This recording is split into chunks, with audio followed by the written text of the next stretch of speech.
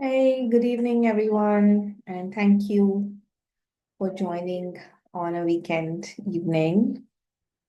We'll start in a couple of minutes, sharp at 4, till more people uh, join in. But I thought since you guys are already in the waiting room, maybe let me just get a quick um, intro from all of you. I hope you guys can hear me. I thought there was a bit of disruption. Cool. So, you won't be able to unmute yourselves. I've just changed that setting, but you can chat with me in the chat box. So I'd love to hear uh, who are you, where you from, and also anything specific that you want out of today's webinar. So let me know in the chat box. Also, as we progress through the session, I'm sure you guys will have questions. And if you do, just put it in the chat box. I'll either answer them as they pop up, depending on where we are, or towards the end of the session. Okay. So feel free to use the chat box for all these conversations. Okay, anyone? I hope you guys can all hear me. Give me a thumbs up if you can hear me. Okay. Okay, Dipanita is not. Okay, most folks are able to hear me. Cool. Okay, awesome. Super. So yeah, looking forward to some thoughts in the chat box on what is it that you're looking forward to from today's webinar. Anything specific that you want me to cover, and that'll sort of help me tailor the session.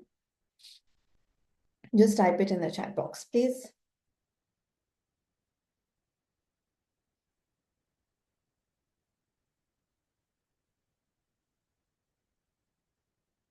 While you guys do that, I'll start sharing my screen.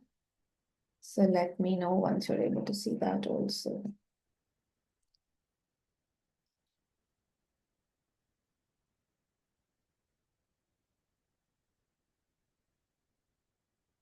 Brilliant. I guess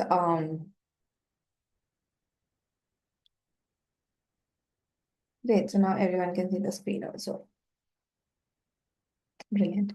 Aditi, I'm going to make you my co-host. And if you can, please do keep letting people in. Super. Great, now the housekeeping is done for everyone who joined in a little later. It'll be great if you can turn on your video so I can see you. If you have any questions, put them in the chat box. And if either I will take them as the session progresses, or I'll answer them towards the end. Yeah, cool. So let's get started. Today's session is about how to earn your first 1 lakh a month as a freelancer. Okay. How many of you are beginners here? Like, how many of you are attending the session with me for the first time? Can you put it in the chat window? Okay, lots of you who are first timers here, brilliant. So let me take a quick minute to sort of talk about a little bit about me and just give you a sense of why I'm here, qualified to talk to you about how to build a thriving business as a freelancer. Yeah. Wow, there are a lot of people who are first timers. So yes, it makes sense to introduce, right? So I'm Supriya. I have been in the space of content communication marketing for over 17 years. 8 of those years I spent on the client side, right? So I worked with multiple companies in a marketing communications kind of a role.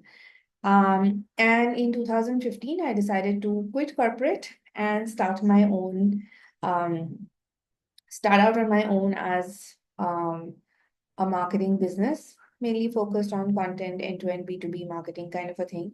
So that 2015, my first marketing agency started, and within a couple of years, we had scaled it to $1 million in revenue. And then my son was born, so I didn't want to spend 10, 12 hours a day working. Life goals changed. I wanted to like spend 4 to 6 hours max a day working. So I quit that agency and I started again as a freelancer, focusing primarily on content. And then that's my second company, Upgrade Consulting, was born then. And um, today it is also a multi-crore company with a lot of flexibility that moms sort of need. So that's pretty much the background. I've worked with a lot of major brands within India, outside India, in a lot of different niches. Though technology is my main niche, I've worked for, you know, lifestyle, wines, detergents, you name it, and I've probably written about it, real estate, finance, so on and so forth, right? Coaching. And every niche has taught me something or the other. And across, this timeline of 17 years, I've been featured in multiple places. I've given a TEDx talk, I've been on Humans of Bombay and all of those places, which has helped me build a personal brand as well, which definitely helps when you're trying to build a business or an income as a freelancer. So that's a little bit about me. Um, and now we dive in to the session. Okay, I can see a lot happening on the chat window. I'm sorry if I don't respond to all of it immediately, but towards the end, I will definitely scroll through and see if I have missed out something. Okay, so another quick question: how many of you are experienced freelancers? If you have no experience in freelancing, just type 0. If you have certain experience, please type the number of months or years that you have. Okay. Some of you are beginners, quite a few of you are beginners. Okay, then that's great. I see a couple of 1 or 2 years of experience. Cool. So another question. Oh, I have somebody with a 9 years experience as well. Brilliant. So, another question I have, and I'm going to ask these because I want to keep it a little bit more interactive, is what what is it that brings you to today's webinar, right? Because and it's great if you're a beginner and you're here because now you get to start from scratch and figure out, okay, how do I go to 1 lakh in income? And I'm sure some people who've been in the past cohorts, like people who've been coached by me, can tell you that it's fairly easy to get there if you have the right strategy. Anything that brings you here, okay, the pathway to scaling, someone's DM'd low income. Okay, yes, we all want to scale our income, definitely. Anything else? Want to be my own boss. I'm interested in writing. So it would be good to make it my earning potential, more income, upgrade skills, passion, income, part-time career. Brilliant. Great. So all these are very valid reasons. And again, Aditi is here who's um, done this just last year. Okay, so she joined me last year. And when she came into one of my batch cohorts that I run, like the coaching programs, she was earning 20,000 a month on the side as a freelancer. Today, she makes over 2.5 lakh rupees a month. So maybe we will talk about how she got there. And this is the exact approach I told her as well. So it's definitely something that works outside of my experience as well. Um, so, yeah. I saw there are a lot of you who are new here. So I don't know if you've taken the 30-day free email course as well. But if you haven't, we will send you these links towards the end, and maybe Aditi, you could help me do that. Just take these links and send it to folks in the chat window. So there is, other than this webinar, there's a lot of learning content that's out there. So you can follow these links and find those insights as well. But for today, there are 2, 3 steps that we are going to talk about, which are essential to build a thriving business as a freelancer. Okay, and I don't talk only about content writing, but this approach applies to anything else that you want to do as well, right? Whether you want to offer any sort of service, this framework is definitely going to help you. Okay. And the key to this sort of comes towards the end, which I found like, the Content Collective is now a community of 35,000 people. So in multiple interactions, I found that that is one key element missing from everyone's plan. So we'll definitely talk about that also towards the end, right? So first step, of course, is to make a plan. Okay. Um, I cannot tell you how many times I come across content writers who are running after every possible opportunity just because it comes their way. Okay. And what that does is it distracts you. Okay. You are chasing every client, you are chasing every niche, you are chasing a lot of projects on all these sites like Freelancer, Upwork, which is very time consuming. Okay. So that takes away your focus and attention from actually the things that are going to help you grow and flourish. Okay. So, first thing first, you need to have a plan. And even today, right, after 17 plus years of doing this, every year, December, I take some time off to plan for my next year. Okay. What is it that I want to do? Where is it that I want to go? How much revenue? Which clients? What do I need to grow? Those kind of things. Okay. And that helps me focus in the right direction, get certain things in place, pass them on to run autonomously, and focus on new business growth, right? And as a freelancer, it might feel like, पर ये तो जब हम कुछ business हो जाएगा तब सोचेंगे. But it has to be a mindset from day one. Otherwise you will just keep chasing. Yeah. So, and what you see on screen is some elements of what could your plan look like. Okay. Um, so the first thing is, what is it that you have expertise in, right? Um, and also because, and a lot of people ask me what should be my niche, and which are the niches that pay well. I would say you look, expertise pays well in any niche. Okay. So you should first introspect and say, okay, what is it that I am good at, something that I could do effortlessly, right? For me, for example, that is long form content. And trust me, if I write social media posts, I waste more time because I don't have the right mindset or right voice for it. Okay. So social media post is not my expertise, but give me like a 500, 600 word blog to write, half an hour, I'll, push it out. So my expertise definitely is long form content. Okay. So when I reach out for projects with my clients, I chase long form content first. Social media, everything else comes on the side, right? But the focus and the expertise I go in with is saying, I will do the long form thought leadership content for you. Yeah. So figure out what is your expertise. It could be an industry, it could be a type of content, or whatever that is, right? And also, uh, something that pays well. Okay. Now, I say every niche pays well, but there are certain niches which require a certain level of knowledge, right? Like finance. You can't write deep finance, like for Financial Times, if you don't understand finance, right?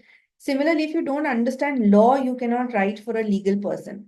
So if you have that background, if you have that expertise, you tend to get paid more versus, for example, let's say if you're a SEO blog writer.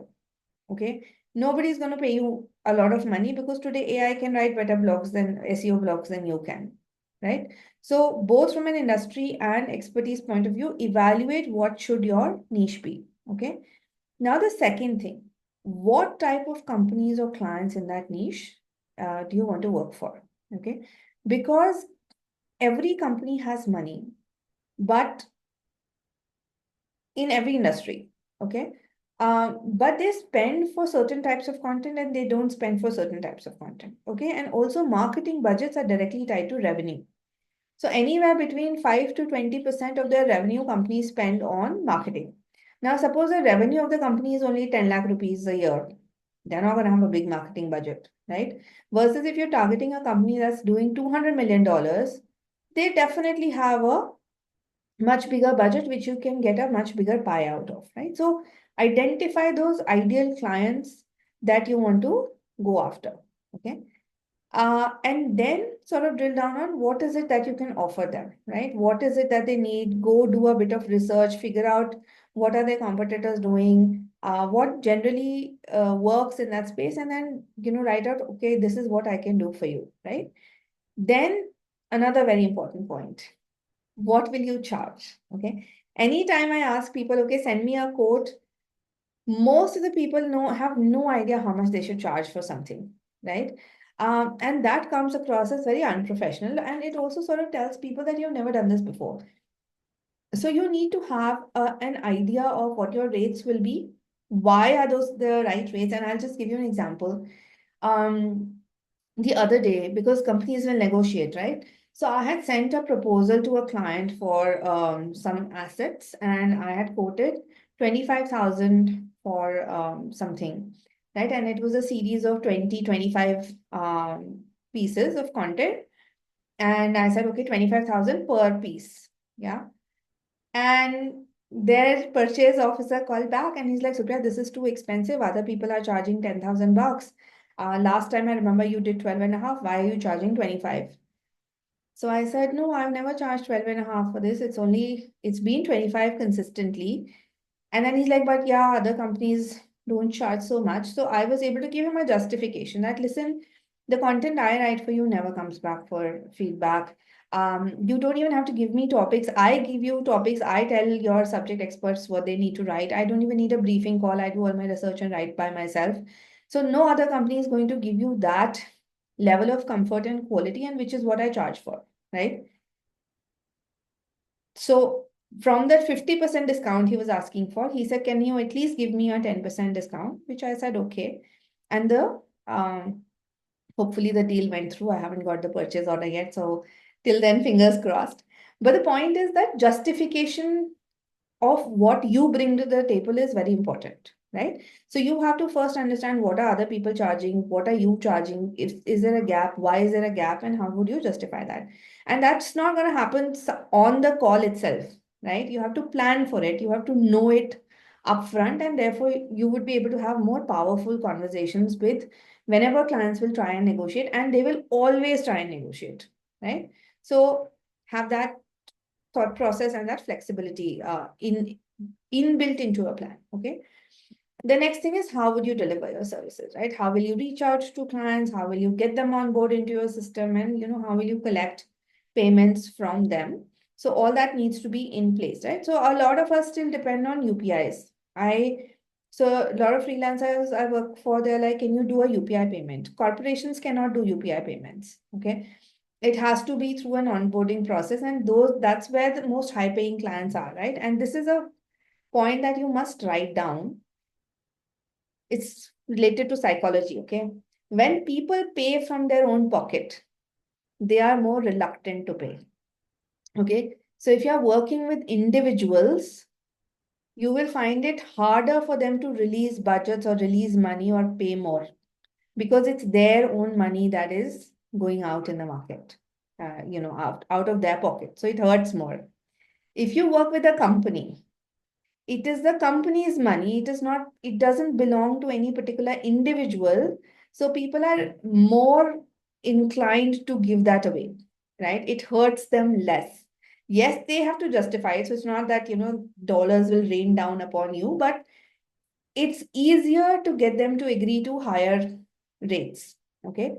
So that's a psychology kind of a thing. And when you're trying to find clients, think through this. Okay. If you're going after an individual, chances are they will haggle more, they will pay you less, and they will want to squeeze out the maximum value they can from whatever work you're doing for them. If you're working for a company, they will be easier to convince for higher rates. They will probably haggle less, and also they would not harass you so much, at least if they're a reasonable company, but there are all sorts out there, so I can't like comment on that point um, generally. But keep that in mind while you're selecting which are the type of people or companies you want to work for, right? Then your revenue goal. Again, very, very important for your plan. If you don't know how much you want to make, uh, there is no way you're going to get to it, right? So for this today's session, we are going to talk about 1 lakh a month as a revenue goal. Okay. But otherwise, you guys think through where you are today, where you want to get to, what is your annual revenue goal, and then how do you break it down into pieces to make sure you are achieving that goal. Okay. Again, without this number in mind, firmly in mind, you will just sort of roam around and won't be able to do much. Yeah. Um, and once you have the revenue goal, it becomes easy, right? How many clients do you need to meet that goal? And the next question automatically becomes that, okay, now I know who I want to reach out to. I know which industry or, whatever I want to work in. And do I know someone who's connected to that, right? So all of these are elements of your plan. And I'm going to quickly cover some of these in detail so that you can, just get a glimpse of what it could be, right? So, for example, I talked about niches, right? What you see on the left, right? Technology, finance, business management, etc. These are slightly higher paying niches because they demand that expertise that I talked about, right? You need to know something about these areas for you to do a good job of writing in it or do anything here, right? Similarly, if you look on the right side, which is lifestyle, fashion, food, travel, sports, these are slightly low paying niches because they are more generic. Okay. Anyone who's owned a pet can probably write out emails, blogs, etc., targeted to pet owners because you have that experience, right? Anyone who uses fashion products can write out content around fashion because you have experience on that and it's easy to get that experience, right? So this side is a bit easier and therefore slightly lesser paid. But that said, for example, when I started my second stint, right, when I started freelancing after my first company, I started working for a detergent brand. Okay. And they were paying me 5,000 rupees to write a 400-word blog. Okay. That's more than 10 rupees a word for something as mundane as detergent. Okay. It doesn't require any expertise. We all wash our clothes. So we know what we are looking for in a detergent, right? So it's not really, so much about expertise as how you come across. Okay. And we'll talk about that as well. Somebody is asking, what about healthcare as a niche? Yes, that's also a higher paying niche. Anything that requires a bit of expertise and knowledge will tend to pay you higher. Okay. So next comes, how do you identify clients, right? And that is couple of questions you have to ask yourself, right? Which I talked about, right? Don't look at like individuals might pay you less versus corporations might pay you well, right? So the point here is once you've figured out, okay, this is the revenue I want and these many clients and this much work I want to do every day or every month, you need to look at people who have the budget to pay the rates, right? Like how I said, if a company only earns 10 lakh a year or an individual only earns 10 lakhs a year, they will not be able to pay you 10 lakhs a year, right? So find the right clients means they need to have the means to pay you. Okay. And I have this favorite analogy that I give in every session that you might have the Kohinoor. Okay. But let's say you take it to a fishing village. Some people might even not even know what it is, right? And some people might appreciate it, but will they be able to buy it? No, right? Because they don't have the means to do it. But you take it to a royal family or, maybe the Ambanis and they'll pick it up like that because they know the worth, plus they have the means to pay for it. So that is a very, very important factor when you're looking at, okay, who should I go after? And trust me, a lot of times we waste time chasing leads, which then boils down to, sorry, you are too expensive and we can't afford you, right? And that's your time wasted. And ultimately, as freelancers, our time is money, right? The more time you spend in certain things, the less time you have to actually build business and deliver on whatever. Yeah. So qualify clients with by, some of these factors. Now, I've listed a few. I'm not saying that these are the only factors. You decide what works for you, right? So couple of ways is what is the type of business? Like, for example, I work only with B2B clients. I do not do B2C because that way of communication there is slightly different. So 90% of my business, in fact, even more comes from B2B clients, right? Do you want coaches, consultants? You want to work with e-commerce, with product business, service business, non-profit agencies. How do you want to, like, what are the types of companies you want to work with? and what's the size of business. And this is typically one of my most important criteria, right? What is their revenue or number of employees? So bigger the business, bigger the spend on marketing, right? Are they MSME, mid-size MNC, or are they startups, new company, long-term corporate, depending on that their content needs or whatever service that you're offering them, their needs will also vary. Are they Indian? Are they within the same city, local? Are they national? Are they global? So that will also determine a lot of things. Plus, what is the need? Not just content, but anything, right? Do they already create a lot of content? Do they have a little bit and they could do a lot better, or they're just starting out and there's nothing and you could come in as a consultant maybe, right? So once you qualify clients, how you want to approach them also becomes clearer, right? That okay, if this person is doing one blog a day, which means they need 30 blogs a month, and the quality of those blogs is not great, maybe I can offer something and at least get 10 blogs a month from this company, right? So those are the kind of things you get clarity on when you start thinking about these elements. Okay. And again, from a content standpoint, there are a lot of services clients want. And like I said, from a niche standpoint, other than industry, you can also specialize in any of these elements, right? So, for example, if you are a very strong email marketer, then you can pitch yourself as, because emails are the biggest way of generating leads and sales for most businesses, and um, the most ROI comes from emails, right? So you can say that I will write your emails to make sure that your engagement and ROI is strong, right? Or you can do social media because that's the biggest differentiator of visibility, right?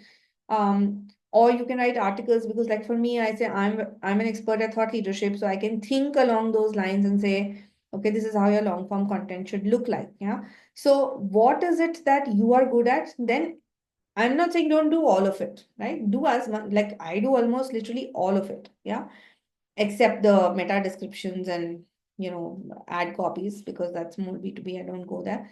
But uh, what I lead with is long form content. Okay. So if you're an expert in email, you lead with email, you get one project, which is the foot in the door, do so awesome in it that they keep coming back for more and slowly expand services. Okay.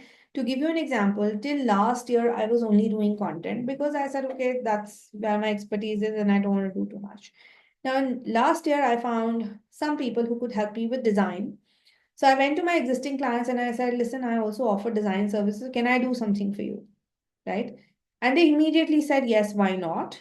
And I was able to earn a significant income from design element as well.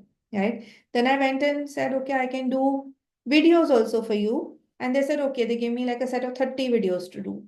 And I could make a significant income there as well without putting my time or effort into it, just because I did so well in content that built trust. That if you give some work to Supriya, it will come back as something amazing, right? So therefore, I was able to expand my services and make more money. Yeah. So lead with what you're good at, and then like the world is your oyster, you can expand into whatever services that you want, right? So this is as far as services goes. And then another thing is, from a content standpoint, every company has this pyramid. Okay. There is that bottom layer, which is typically your SEO content, product descriptions, so on and so forth. And unfortunately, most content writers are operating in this space, right? This is where you get like those 10 paisa to 2 rupees per word kind of a payout. And this is also going away because AI is doing a better job, right? So if you're playing in this space, this is a volume content, then get out of it. Okay. Learn something, upskill yourself, and get out of this space. And this applies to anything that you're doing, right? If you're doing design services, if you're only doing those templatized design, no. What people want is more visual consulting, more more creativity, those kind of things, right? So whatever your field is, you figure out where is the volume work happening, where is the execution happening, and make plans to get out of this as soon as you can.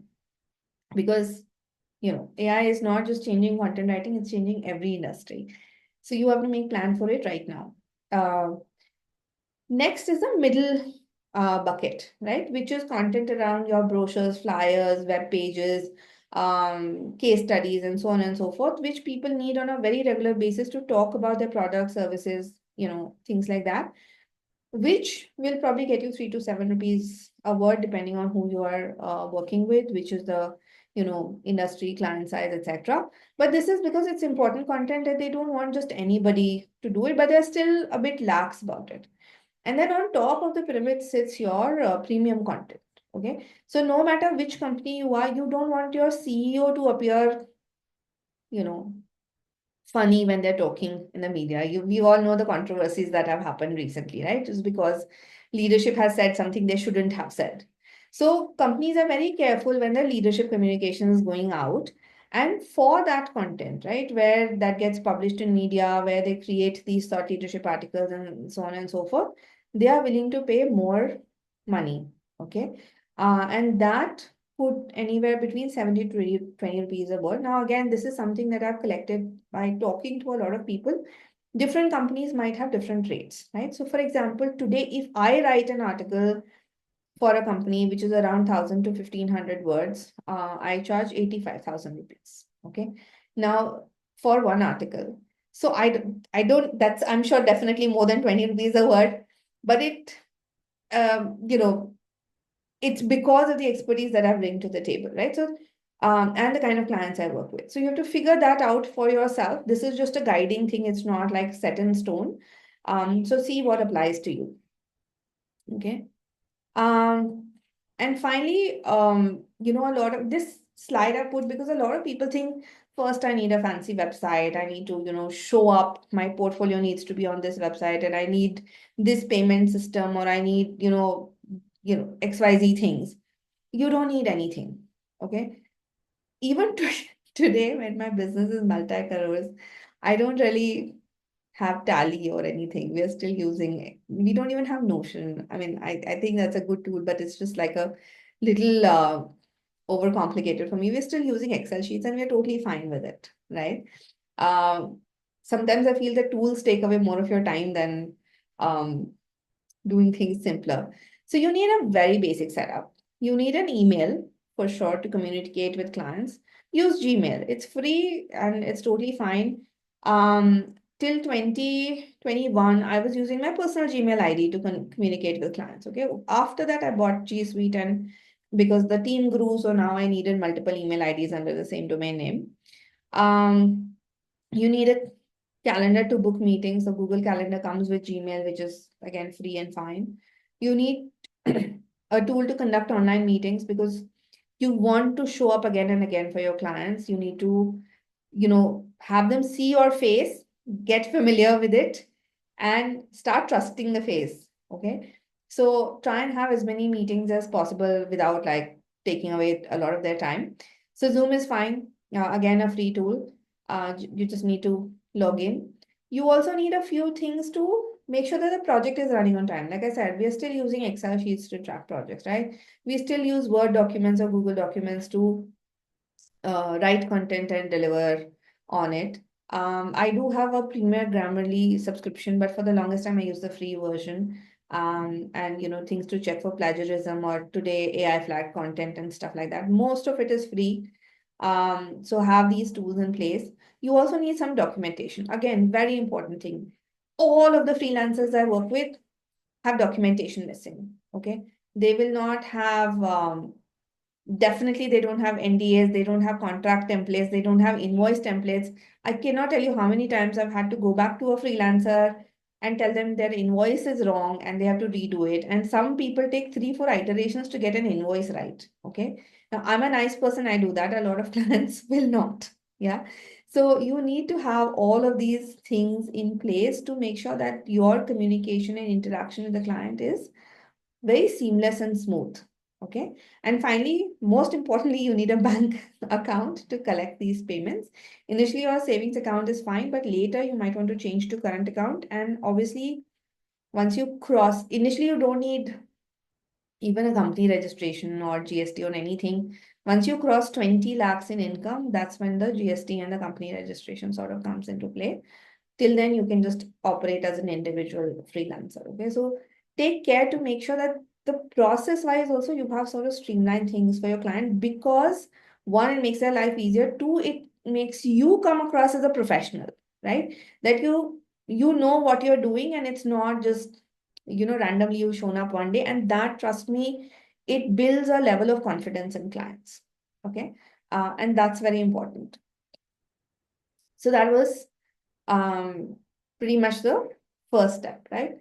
Now, we spoke about revenue goals as well. And like I said, for this webinar, we will talk about 1 lakh per month as your revenue goal. Okay. And I'm saying it, but you can definitely check with Aditi who's here or other folks who are part of the cohort and who have followed these steps, that it's not very difficult to get to 1 lakh a month in income. Okay. And what I've done is I've created some bundles for you, some offers that you can take to clients. But again, they're not set in stone. You can customize it for what your client needs and for what you can offer. Okay. So if you look at it, you need just 3-4 clients a month to earn 1 lakh rupees. Okay. That's not a big number, right? 3-4 is very achievable. Like you add one client every 2 months, and by the end of the year, you have, you know, a good revenue. And I'm not saying you'll start earning 1 lakh a month from tomorrow. That's not going to happen, right? It's going to take some time. Client onboarding takes time. But once you reach that number of 3 or 4 clients, you would be clocking this revenue very easily. Okay. But it'll become difficult for you to sustain it if you don't have the systems in place to deliver. Okay. And that's a topic for another time. But finding clients, I sometimes feel is easier. Delivering on what the client wants is where most people fail, because that's when the stress comes in. Okay. Deadlines, all the deadlines will end up on the same day. Okay. Last week, my team got a request to write some 7 articles. Okay. It's impossible for one person to deliver on all of that, right? So that's when the stress builds in. That's when the quality goes down. That's when the fights with the clients happen. So unless you have a plan in place, you will face those challenges, and you might have to like let the client go, or the client will let you go, or whatever that is. Yeah. So anyway, I'll come to delivery conversations in another chat. But here, I'm just talking about finding clients. Okay. So, and I've taken things that can apply to any industry. Okay. Whatever industry you pick, people are uh, doing social media. Second. Um,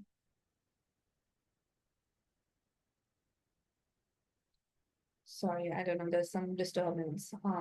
Okay. Um, Sorry, what was I saying? Yeah. So every industry needs social media, every industry needs email marketing, and every industry needs some sort of content pipeline, which means some assets getting generated every month so they can keep conversations going with their clients, right? So these offers are applicable to any industry. I'll give you an example and then you can see how things work for you, right? So for example, let's say you're talking to a fitness coach, for example, okay? So you can give them a package that, okay, I will manage your Instagram for you. And you can say, I'll do one-time cleanup. I'll fix your bio. I'll give you some hashtags that, you will show up on your content. I will ideate topics for you every month. I'll create X number of static posts, some reels, some stories, and I'll manage your comments and DM. And for that, I will charge you 30,000 bucks a month. Okay. And this is a lower estimate. People pay much more than this. Um, Quantum of content might be slightly more, but it's not humongous. Okay. I know for like, there's a friend of mine, she runs a jewelry business. She pays 70-75K a month to her social media person who manages her Instagram account, right? I pay around 60K a month to do that for, some content management, etc. So everybody needs that, and people are willing to pay because they know it's an important activity for their business. So 30K is a lower estimate that I have put in.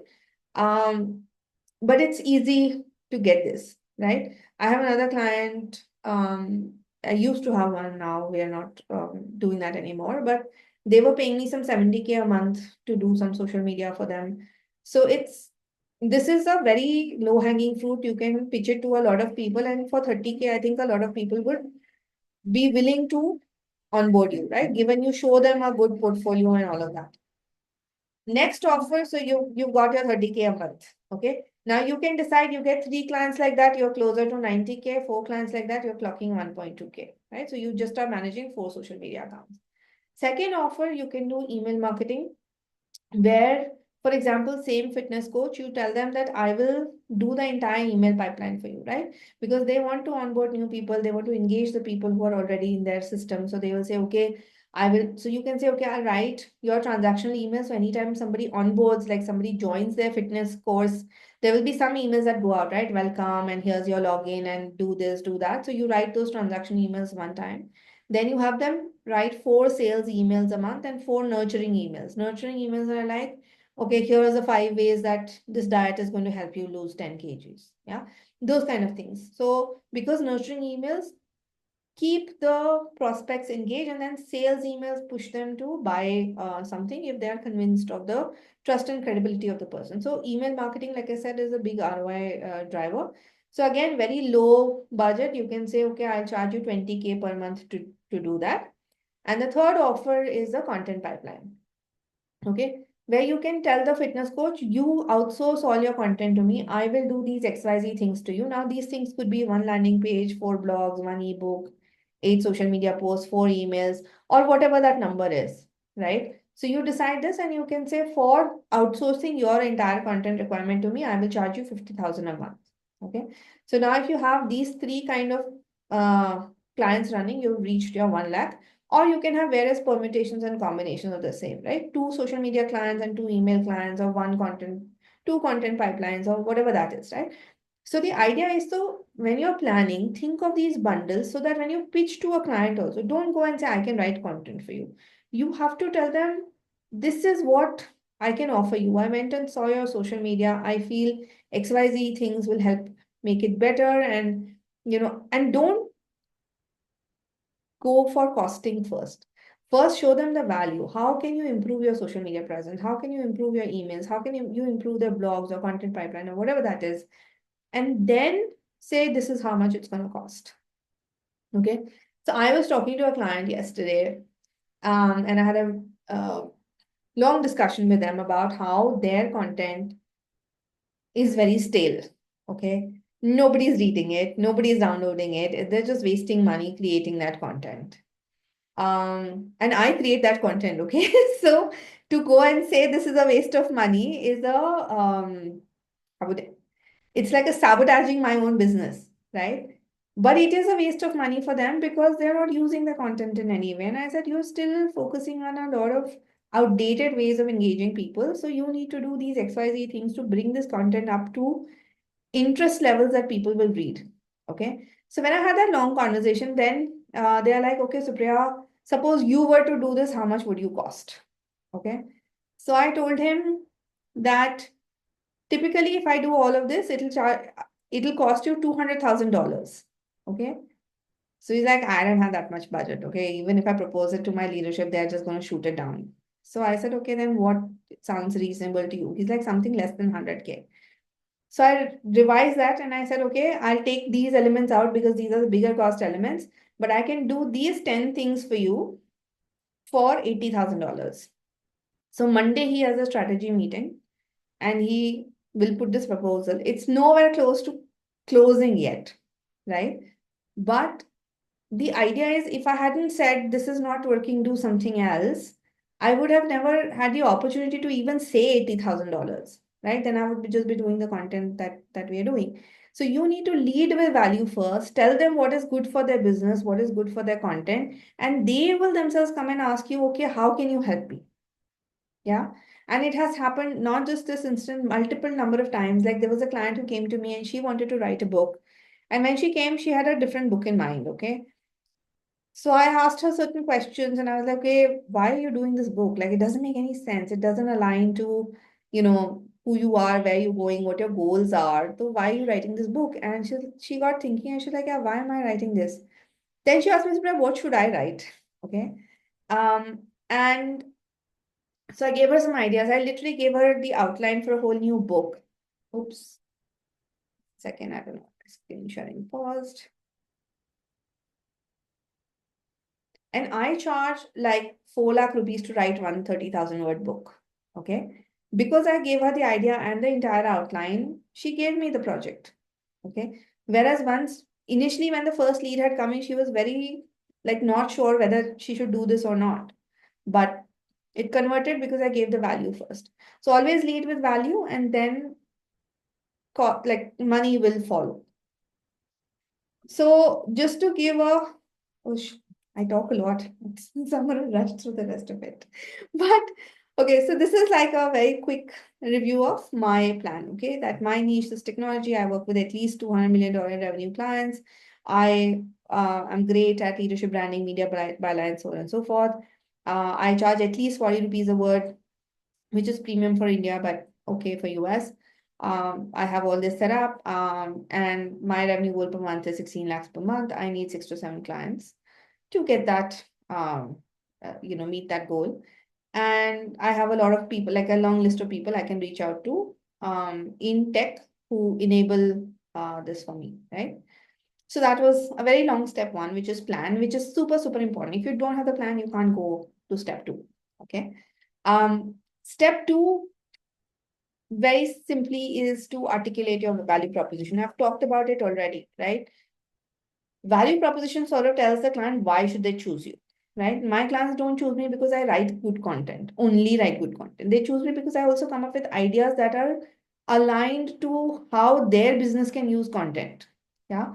So there are many ways to define that value proposition, and you can define it by quality or efficiency or cost, right? Now, unfortunately, most content writers are in the cost bucket. Okay. Somebody is paying 2 rupees, I'll do it for 1 rupee. And that doesn't work. Okay. Because then you're just writing volumes of content, which, because you have to churn out quickly, is low quality. Clients think, oh, this is all they can do. And this is just like, it's a downhill road.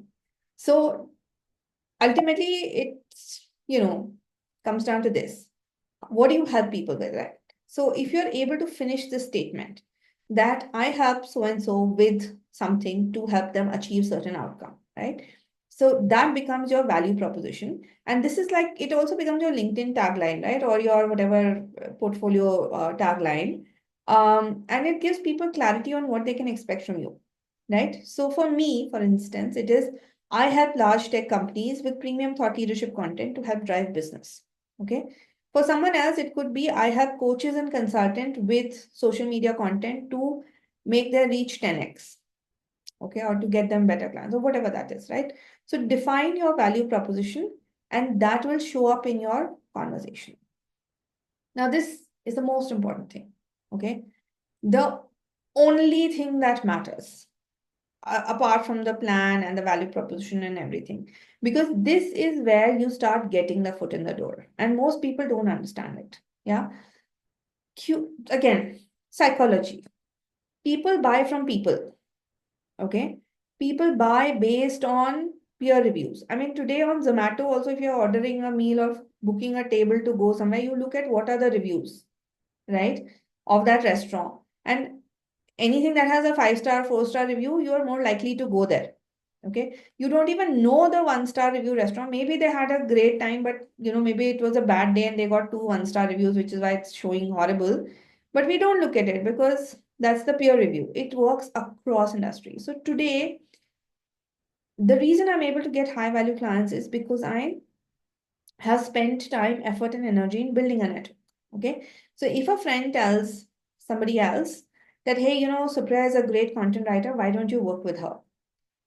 They will definitely give me a chance to come and present to them and say, okay, tell us what you can do for us. And that's a foot in the door. After that, how good you are comes into play. But that foot in the door comes because somebody recommended you. Okay. Because the unfortunate reality is that there are millions of content writers and millions of freelancers, right? How will they know who to work with? And nobody has time to dig through hundreds of resumes, right? So they want recommendations and referrals, which come from your network. So you have to, and a lot of people say, but Supriya, we don't have a network, then start building one, right? That's that's the only answer I can give you. Yeah. And you have a network. Like, we are not living in isolation, right? We all know certain people, but those people don't know what we do. Okay. So the idea is to start talking about who you are, what you do, etc., and go out and meet people. Because sitting behind a computer screen, we cannot build networks. right? Go to anything, like attend events, workshops, go to informal people events where people relax, right? And that's my favorite way to network, right? I'll go for these dinners, I'll go for pot painting workshops and God knows what not. And that's where I meet people, I make friends. And those friends then ultimately turn into potential people who can connect me to other people. Like I just moved to this new house and I gave a Diwali party at my house and I invited a few people from my society.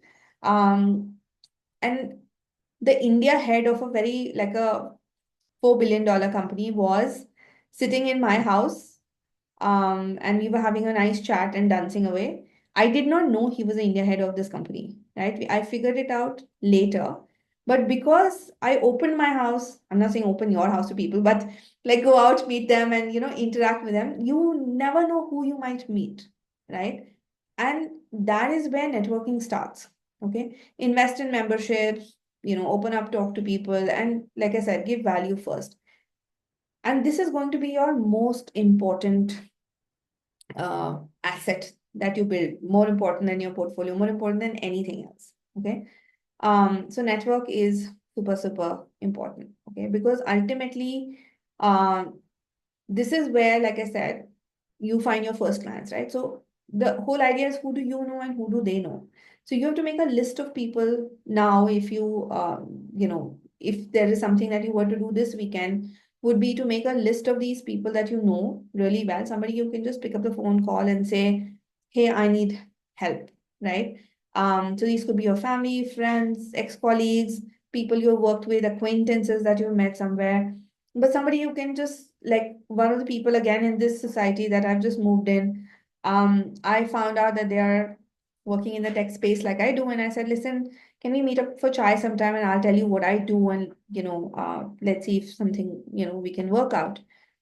And that's another interaction. So you have to be open, you have to connect with people, understand what they do and where in your whole business network they are fitting in. Okay. So quick exercise. Okay. Just right now, off the top of your head, can you jot down some of these names and tell me how many names did you get? You can put it in the chat window.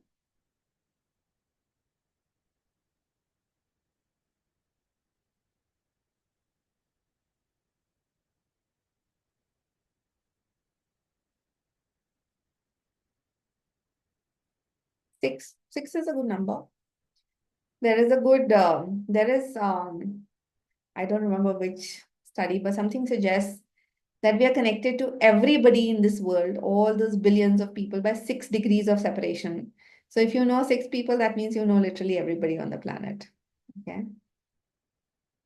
Some people have got 1, 5, 12, 5, 4 new people next week. See, we already have these connections, okay? So those of you, even if you've got one name, call them this week, tell them what you're doing, and ask them for a little bit of help. Say, listen, I'm looking for some work. Can you connect me? Okay. Um, and you will be amazed how these things shape up. Okay. Random thing. I connected with somebody to check for school bus group, school bus WhatsApp group. And somebody told me, okay, this is the person who is coordinating this. Yeah. So I texted her, she added me to the WhatsApp group. Then she calls me back and she's like, listen, are you the one who runs the content agency? I said, yes. So she's like, I do something, which is related to events. And I was wondering, I've just moved to India and I was wondering if you could help me connect to certain people. I said, sure. So I sent out her details to people I know. And then I was like, if you do events, and she's doing strangely events in technology, I said, these are the people who are my potential clients. How about I send you, my profile and you share it with them. And if they need communications for events, we could work something out. So from figuring out a child's bus group, we are exchanging notes on how we can collaborate on a business partnership, right? So connections can come out from anywhere. You just need to like reach out to people and talk about what you're doing, what they're doing, and like have those conversations. Okay.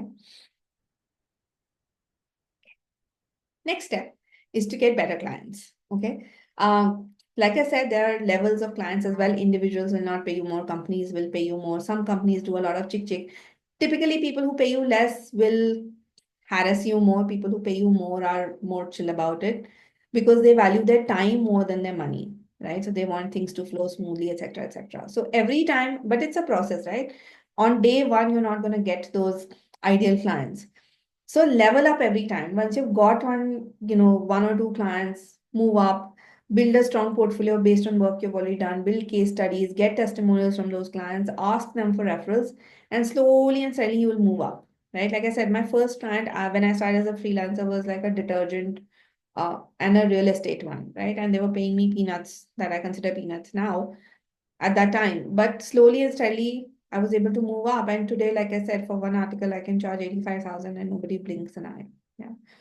So get better clients. Okay. And finally, do less for more. I talked about this already, where as you grow, once you get your foot in the door, once you establish the trust and quality, then you can do a lot of different things, right? So you can focus on quality and not quantity. So instead of writing 40,000 words a month for 40,000 rupees, you can write 10,000 words a month for maybe 2 lakh rupees, right? So do less, but get more for it. So quality, not quantity. Upskill so you are able to increase your prices. Upskill both in terms of what you know and how you show up. I think that's another important piece that people forget, right? And like I said, leverage collaborations to deliver more services. You can add design, you can add video, you can add anything from a marketing standpoint, performance marketing, blah, blah, blah. You don't have to do it yourself. You can get trusted partners to offer a bigger bundle of services to people, right? And then once you start outsourcing, you moving from a freelancer to building your own agency in whichever field that you're in, right? Most importantly, show up consistently. Okay. Um, like I said, it's not going to be a walk in the park. It's not going to be easy. You will definitely face rejections. You'll face disappointment. You will have months without consistent income. Like November, December, I did zero work, nothing at all. And on top of that, I lost retainers worth almost 6 lakh rupees. Okay. Because clients are doing budget cuts, this, that, blah, blah, blah. So 6 lakh rupees a month I lost in retainers. Yeah. So that is going to happen as you grow, the numbers will also go up. But the idea is that you have to keep showing up, right? So I said, okay, November, December, I'm taking a break. Let me not, stress about it. But January, I'll start building this again. Okay. So and I gave myself a date that I'll start working on 10th of January. So I've been working since 10th of January and trying to add all that money that I lost back in, get more projects, things like that, right? So take a break, but just make sure that you're not leaving things and chasing something else. Come back to what you're good at and keep showing up, right? And that is possible if you sort of build an accountability group, be a part of a community, find a mentor, things like that. And that, trust me, helps. So I have a counselor I speak to every 15 days. I have a life coach that I speak to. And what they do is help, point me in a certain direction that, okay, this is the right thing to do. Maybe think about it certain way. So it gives you a lot of perspective. Okay. Um, so some final thoughts. And after this, if you don't mind, I'll share like something that I've launched specifically for this the community because I knew this is a challenge that everybody face. But let me go through that, and after that, I'll take questions as well, right? So effectively, if I were to um, leave you with some words of wisdom, first is don't get stuck building complex systems, right? You don't need fancy websites, social media handle, keep things simple. And when you're starting out, be open to anything, right? Don't stress about your niche or anything. Just get that experience first. Don't think of pricing as a fixed construct. So be flexible, right? If I charge 25K for one asset when the client said 10% discount, then I said, okay, done, right?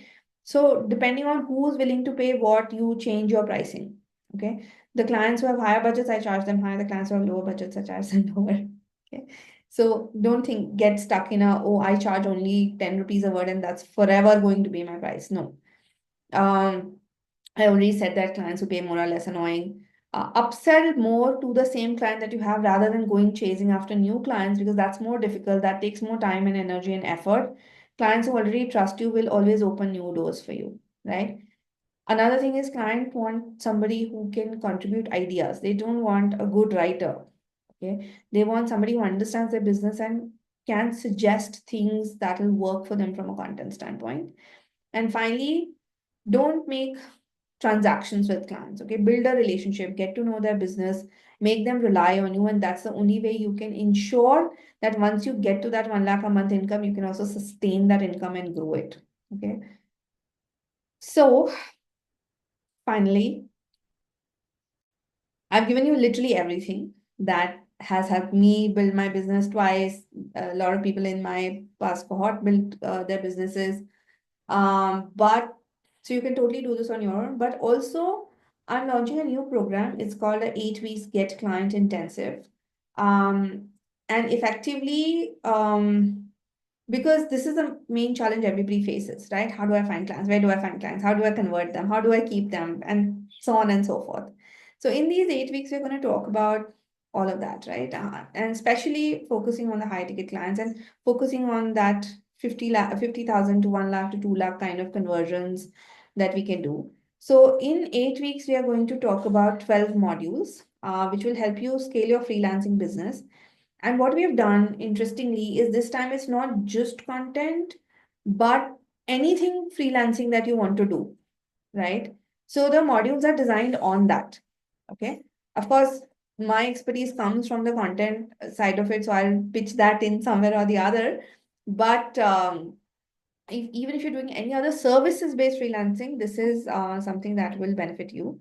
So we're going to talk about how to get into that high-paying client mindset. How do you position yourself? How do you create those irresistible offers? Where do you find and attract these clients? And how do you reach out to them? Okay, so that's going to be first 3 weeks. Oops. And then we're going to talk about how do you build a personal brand that makes you irresistible to those clients. We will talk about professionalism. I talked about it a little bit, but literally, how do you implement that and make sure once you've attracted the clients, you also retain them consistently. Week 5 is like super important in terms of networking also, right? How do you leverage those referrals and networks and things like that? Then we move on to scaling. How do you retain clients? How do you write proposals? How do you negotiate and handle objections? Like I gave that example of 50% discount versus 10% discount. And again, how do you scale from a freelancer to an agency? So we'll cover concepts around that and help you find those initial clients that will kickstart your freelancing business. Like my other 8 week intensive, this is also going to be a mentor-led program. And the mentors are people who have done it for themselves, who've worked with me in the past, who've taken my courses, and who implemented these learnings. So you will get 4 live calls with me, 2 a month. You will get 16 live calls with the program mentors. You will get guides, worksheets, etc. to apply concepts. You will be a part of that WhatsApp group. So any opportunity that comes, we'll share on the group. We'll help you with live client search, and you will also get mentor feedback on your pitches, on your proposals, on your value proposition, on your positioning, everything. And you'll get also, this is how we'll deliver it. So everything will be on Zoom. Um, we'll send you follow-up emails and messages to make sure that you're uh, following through, applying the concepts and moving as we move through the journey. And you, of course, get access to all this content at all times, plus a lot of bonuses as well. So we'll help you manage your leads effectively with a tracker. We'll give you ebooks and guides on, making your portfolio, how to figure out what to price your clients, how to pitch to high ticket clients with a deck kind of a thing. We'll also make this accountability group that, you can bounce ideas off each other, and you'll also get a one-on-one session with the program mentor to specifically talk about issues that are plaguing you and how to get over them, right? Um, so again, like all my programs, this is an application-based program. We are starting in February, so you can scan this code or fill this form. Aditi might share, or I'll share this link in the chat. You have to fill this application. This is a no strings attached application. We just want to get to know you.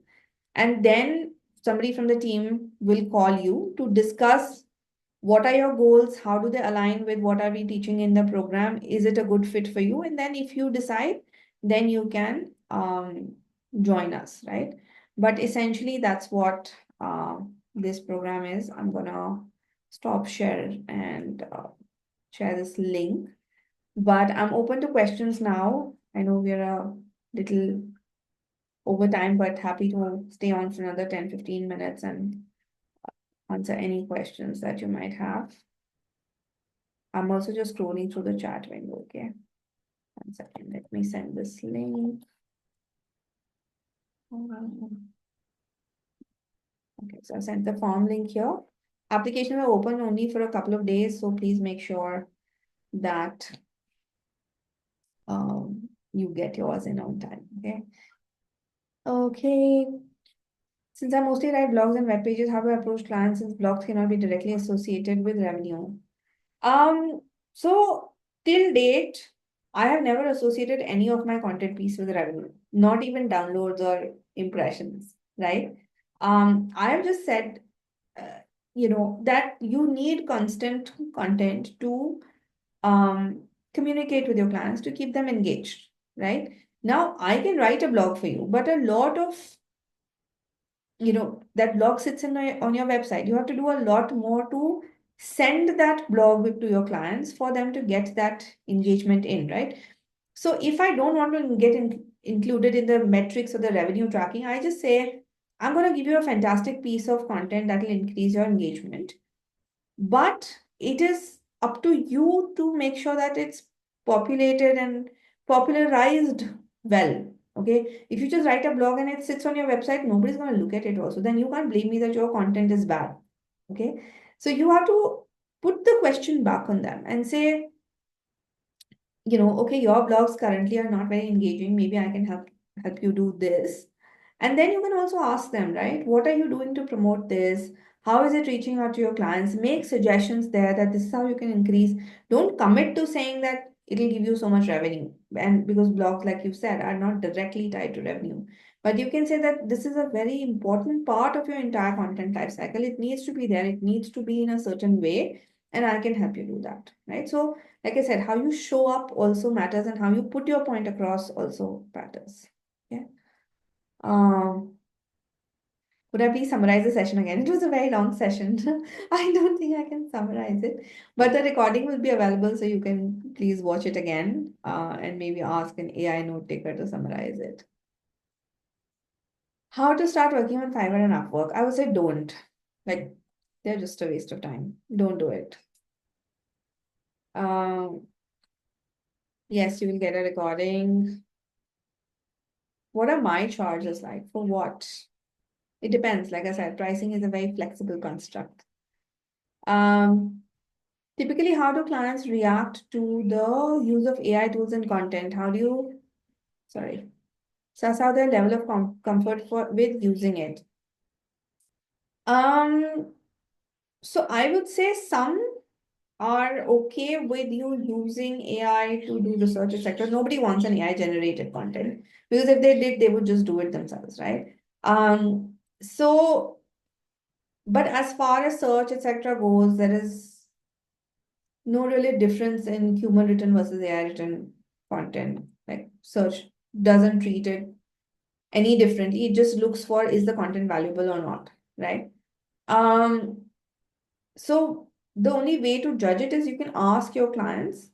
If they are specifically looking for it to be delivered faster, then you can ask, for some of our clients, we use AI tools to generate something. Is it okay for you if we do that? But for us, preferably, like we send out AI detector screenshots at the end of every article, and we would say, okay, this is human generated content, right? Because that's how we showcase our value. If we say, okay, we'll generate content through AI, then where is our value coming in, right? And what will they pay us big money for? So one is ask them directly, or second is try and focus more on human generated content. You can create like research, first drafts, analogies, etc. on AI, but then contextualize, personalized, tell stories from a human angle. When is the other program 8-week content intensive starting? That's also starting in Feb, Praveen. Maybe you can reach out to Fahim. I don't think he's on this call. I was trying to look for it, and he can give you more details on that. What to do if the client starts ghosting you because price issues? They have money, but they're not willing to pay enough. Is it before you've written for them or after? Because if they are like if they're ghosting you and you've not started the assignment, then it's better to let them go, because otherwise later you'll get into challenges of them not paying you at all for the work done. So it's ultimately, they may have the money, but it's ultimately their call how much they want to spend. So if they're ghosting you, just let them go. And once they realize that you were a better choice, they'll come back to you. Uh, do we build our own contracts or invoice draft, or do you get ready-made templates elsewhere? So Kaushik, you are a part of the 8-week intensive. You will get the templates. Pratibha is asking what is quality content? Again, a very subjective question. Quality depends from person to person, but I would define quality content as something that is readable, that delivers some value to the reader, that keeps them engaged, entertained, and they leave with something to think about or something to act on. Uh, isn't it challenging to be a freelancer than to work with a company for a more reliable income? Since every time we finish up a task, we begin looking for another bidding, which happens as a freelancer. So there are pros and cons to both, okay? And I've been on both sides, so I think I can comment. When I was working with a company, my time was not my own, right? If the boss said, call at 11 p.m., you join it, right? If the boss says this project needs to finish by this deadline, you do it. You're sick, you show up in office. You have your child, you need to drop them to school, you should show up at office. So you don't have a lot of ownership on your own time. And you do a lot of work that isn't very fulfilling. And I know it seems sometimes that what does that matter, right? There is an income certainty coming in every month, which is a total valid place to be. Like I have so many, I mean, almost all my friends and family is working in a job, and I'm not able to convince them to switch to a freelancer. So to each their own, there's nothing wrong with, working in a job. But if you're okay with that, then sure. The other thing is a corporate income doesn't really grow that fast, okay? So today, if I'm making, let's say, 2 crores, 2.5 crores a year at 17 years of experience, I don't think in a corporate space I would be making that much money. Um, I would need another 10 years before I get to something like this, right? So if you're able to build your business, then you definitely scale faster. So that's like both pros and cons. In your own business, yes, there's uncertainty of income, but again, if you follow certain formulas, you would be able to build some retainers and get a certain income every month. Um, and yeah, but there are ups and downs, and you have to be mentally prepared to deal with them. So pros and cons both ways. You have to choose what works for you. Is this finding clients different from the content cohort you do? Yes. So that the 8-week program for content is where I teach you how to write quality content. This finding clients intensive is focused solely on helping you find clients. Yeah. For the fees and everything, please fill the form first, and then if it works, then we'll figure that out. What's the most effective way to get clients in 2025? Build a network.